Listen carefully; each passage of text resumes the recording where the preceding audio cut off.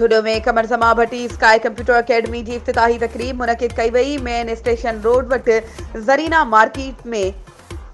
नई बिल्डिंग में कायम अकेडमी जो इफ्तिताह कमरज़मा भट्टी की वालदा रिबन कटे कयो। तकरीब में नारायण दास चौहान, अयूब कायमखानी, इसहाक सागर भट्टी, सुरेश कुमार, मोहम्मद इकबाल राजपूत, आदल कमरानी समेत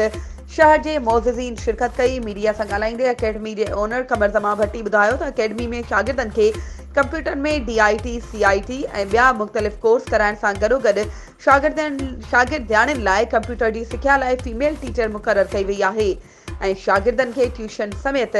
नवां कंप्यूटर पार्ट्स, लैपटॉप, प्रिंटर, मरम्मत, रीफिलिंग, रंगीन फोटो स्टेट जो कम, मुख़्तलिफ़ जॉब्स लाइ ऑनलाइन अप्लाई करण, डोमिसाइल PRC, स्टैम्प पेपर, स्कूलन जा कम जीअं त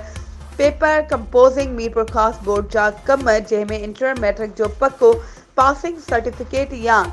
मार्कशीट समेत यूनिवर्सिटी ट्रांसक्रिप्ट डिग्री भी घुराए ॾिनी वेंदी, जॾहिं त कंप्यूटर सां लाॻापियल केतिरा ई कम रिआयती ऐं तसल्ली सां कया वेंदा। वधीक ख़बरुनि ऐं अपडेट्स जे लाइ असांजे चैनल खे सब्सक्राइब कयो ऐं हाँ, बेल आइकन खे प्रेस करण न विसारिजो त जीअं असांजी हर नई अचण वारी वीडियो तव्हां ताईं पहुची।